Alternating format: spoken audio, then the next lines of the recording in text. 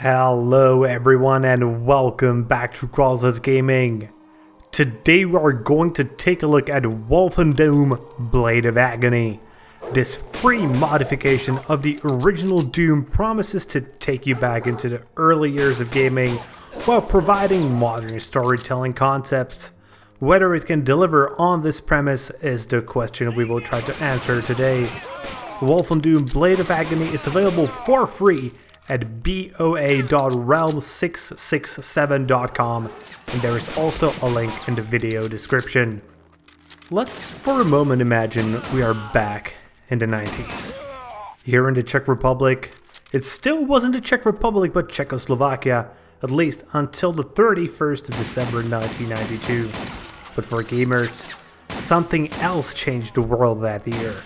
It was Wolfenstein 3D that made us realize killing things in first person is what we love. We had to wait about a year to get the next big first person shooter, Doom.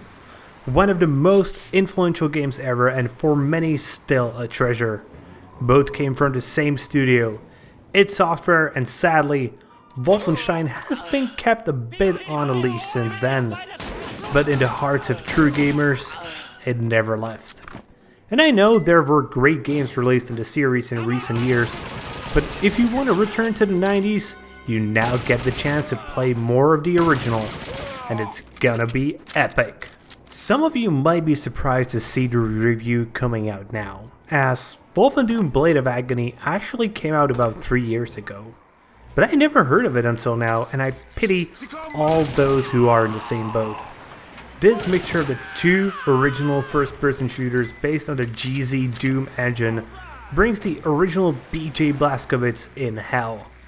The Polish-American Nazi killer is back. He'll find himself a big shock at times as many things have changed since the 90s. Just the first scenes where Blazkowicz demands to be sent back into action show us how impactful this will be. This will be a drama in retro costumes and in a fully restored theater. And it's bigger, better, and the entrance fee is missing. Blade of Agony is a love letter to the shooters of the 90s, but with added story. That wasn't really the case back then. You mostly focused on the action and the story was just there. Here, the story plays a role as before you go into action, you'll get to talk with your pals in the bar, get equipment from another officer, and the sergeant will play a nice introductory movie on an old projector in the briefing room. Then, it's time to go on a mission, and you just can't wait to get there. And what I like is that the shooting stuff is still the meat of the game, and since it's based on Doom, you won't be satisfied with just something. The action has to have big sweaty balls. When you get a shotgun, you have to feel its power, its sanctity. And after you first shot it with it, you want to feel something in your gut. And it's all there. This game does have the balls. The tempo is quick just as you'd expect from a game based on the Doom engine, and you'll fully immerse yourself and feel back in the 90s. But compared to the original 90s, there are things changed. For example, the missions are different. Not always do you have to just kill everything that moves. For example, when you save Captain James Ryan, he will join you in the next mission. There's even a stealth mission. It may be simple, but it works wonderfully. All of these things are just something you wouldn't expect from either Wolfenstein or Doom. You'll be on the edge of dying, medkits will be more scarce, and you'll need to quickly change your approach. Even light will play a role, as if you ever enter it, you'll quickly be detected. Even where the missions take place reflects the story well. You'll get to see Normandy, while you'll blow up artillery, visit Tunisia, but you'll also get to do the classic Wolfenstein thing of escaping a fort. This is the beauty of simplicity. It allows the locations to be easily varied, and there's little details added everywhere. No more empty walls, instead the game is full of drawings, signs, and yes, the swastika. When you enter an officer's office, it looks like an office. including the painting of the Führer, and the exteriors are even better somehow. The trenches, falling snow, night missions, everything is full of detail, precision, and takes the engine to its very limits.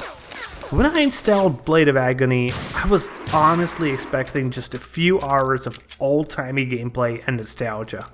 But instead, I got the 2 original episodes remade into gems, and finally a 3rd episode. The amount of game you get is truly incredible and especially amazing for a free modification. After 10 hours spent, I was amazed I still wasn't bored. So, in conclusion, it's time to bring my ramblings to an end. If you ever thought how would Wolfenstein look in the hellish landscape of Doom, this is your answer.